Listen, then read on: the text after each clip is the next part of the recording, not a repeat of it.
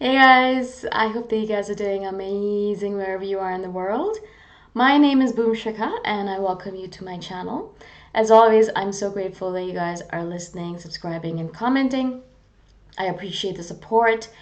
And I have an INFJ Facebook group that's free and anyone's welcome to join it. I've been getting a lot of people asking me to do an announcement about it. So for the next few videos, I will be doing this announcement every single time.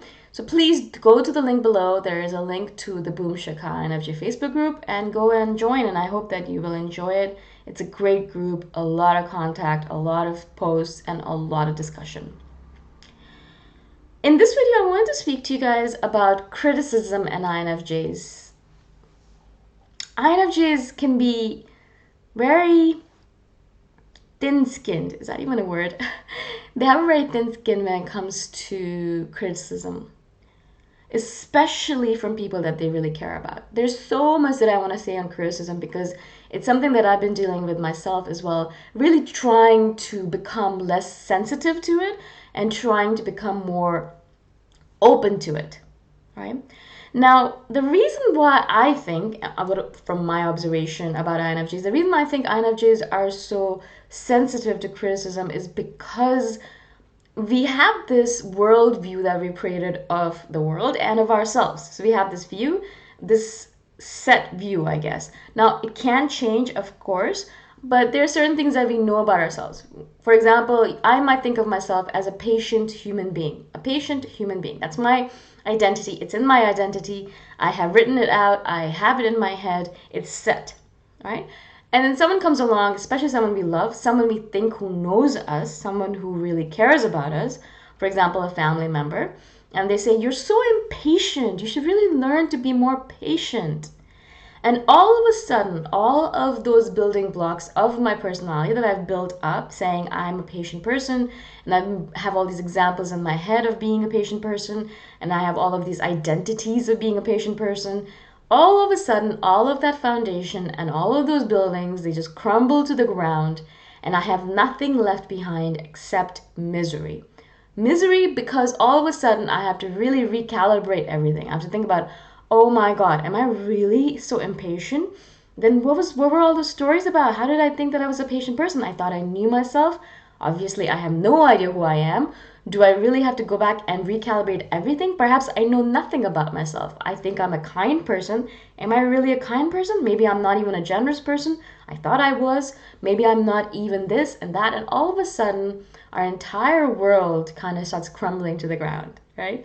And that's one of the reasons we're really sensitive to it, because we have had so much time. We've taken so much time to create this world view of ourselves. And all of a sudden, this person just comes along. And sometimes a lot of people just say things without thinking twice about it. They will just say mean things, not because they're true, but because they want to hurt you, or because they're angry with you, or because they're just not even thinking straight, because they're bored, whatever it might be. They want to create drama.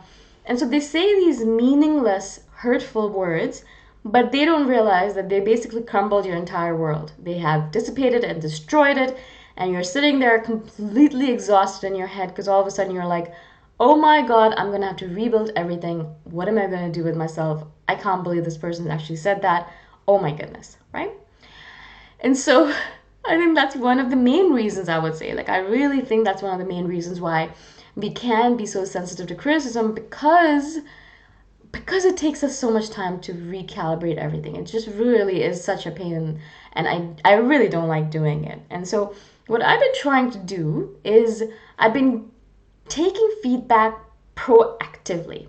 I've been trying this technique because what happens with criticism is that it just kind of blindsides you. It comes on a random Wednesday afternoon when you think everything's okay and you're chilling out, and all of a sudden someone says to you, you know, you really are looking really terrible nowadays. You should really lose some weight, or something like that, whatever it might be. First of all, I actually think to myself, why do people say things like this? First of all, if you're not going to have anything good to say or anything kind to say, just don't say anything. But again, that's my way of thinking. People do say things, mean things, terrible things without thinking about it. And so, you're sitting there, all of a sudden, your world has been destroyed, and you're sitting there thinking, oh my God, what am I going to do? Now, what I've started doing is that I kind of go proactively about it. So I will go, now, doesn't mean that I'm not going to cut criticism at all, but what I do is that I will go to the people who are very critical of me and I will ask them for feedback on specific items in myself, right? And so my sister is one big critical aspect in my life, my mother and my sister. But I trust their judgment because yes, they can be mean sometimes and they do say things when they're angry. But mostly they do it out of love. They really do love me and really care about me and want me to grow. And I think that they do it from a good heart. And I really believe and trust their opinion. And so I will go and ask my sister sometimes, like, what do you think about this? What do you think about this that I do? Do you think this is this? Or do you think I'm like this? Or do you think I'm not like this? And it's very difficult, guys. I'm not gonna sit here and lie and say, wow, this is so easy. It is very difficult.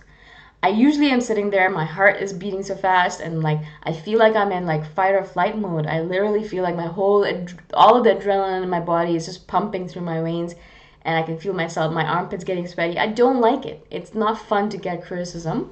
But what is good about the situation is that I've already prepared myself for it. And so if she does say something like, yeah, you're terrible at that, you should really improve upon it, I know that that's something I can work on because, first of all, it didn't blindside me. It wasn't like I'm sitting there thinking everything's great and all of a sudden, oh my God, nothing is great or nothing is right. I've actually gotten this feedback from the universe and it's a gift. I want to believe and I try to think of it as a gift because really criticism is a gift. If you were not told that something about you is not right, because you're not perfect, you know that, you're not perfect. INFJs, I know we want to be perfect and we try to be perfect, but we are not. And so if we're told about our imperfections and we can improve upon it, maybe we can get a little bit closer to that standard of ourselves that we're looking to be close to. We're never going to be at that perfectionism level, but we can move slowly but surely towards it. Yeah, closer and closer towards it.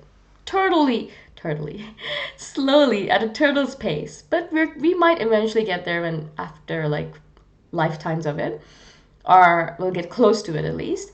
But that's the whole point of it. And so you get this feedback preemptively, proactively, and then you use it to improve yourself, right?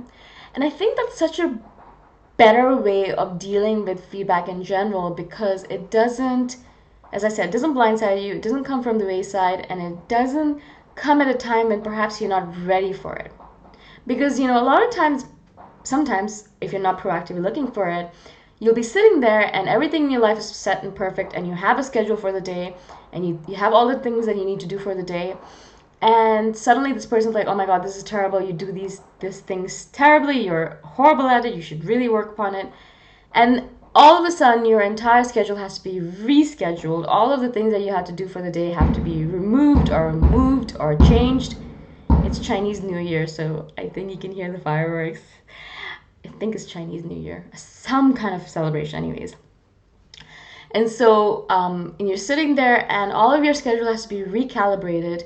And it feels really icky. It feels terrible. And you feel like, oh my God, you feel the time pressure. You're like, I don't have time for this right now. I can't deal with this. And that stress really gets to you. And you feel like, oh my God, if they'd only talk to me about this on Sunday, I don't have time today. I have 5,000 things to do today. Why would they bring it up today? And at that point, you're completely distracted. You can't do your work anymore. You need to work on this before you do anything else. And your whole life has been disrupted, right? Well, I think you guys can relate to it. And so as I said, what I like to do is that I like to do it proactively so that I'm going and looking for feedback so I can change things at my own schedule, not at someone else's schedule, not randomly when I'm sitting there trying to enjoy a great night and all of a sudden the person's like, your toes are really ugly or something like that. I'm obviously joking, but and suddenly you're like, oh my God, but I'm trying to have fun here. I wasn't feeling anxiety. I was feeling relaxed. And all of a sudden you've just thrown a wrench into my whole plan. How dare you, kind of thing, right? And so I think proactive searching for feedback, asking people for it. What do you think? Do you think I'm a generous person or not? Asking people you care about, who care about you, who you think are trustworthy in their opinion and feedback, who will not just randomly say things to hurt you or which are not true. They will really think about it and give you feedback. I think it's a great idea for us to just go and ask people for feedback on different aspects of ourselves. And that will really result in us also becoming more used to feedback, used to criticism, because I think we really need to become more used to it, but also doing it at our own schedule, at our own pace, in our own time, in our own way, which is what we love. We don't really care that much about criticism if it comes at the right time and we're ready for it and we want to inculcate it and we want to change and we want to grow. We're fine with it. We want to change and we want to grow. That's an INFJ thing. It's just, as I said, when it blindsides us, we get really angry and anxious and upset and sensitive. Okay? I hope this makes sense. If you guys have any questions about this, comment below and I shall do a further video on it. Criticism and sensitivity to it is seriously one of our main traits as an INFJ, and so it's very important that we think a lot about it and try to become better at getting criticism from other people, because criticism is a part of life. You're not perfect and you're going to be criticized, so why don't you just get used to it? Again, thank you so much, and if you want to support me further, you can do that by going to my Patreon or Ko-fi link. The description, the link in the there's a link in the description below. Oops, I'm so terrible at this. And I shall see you guys the next time around. Bye for now.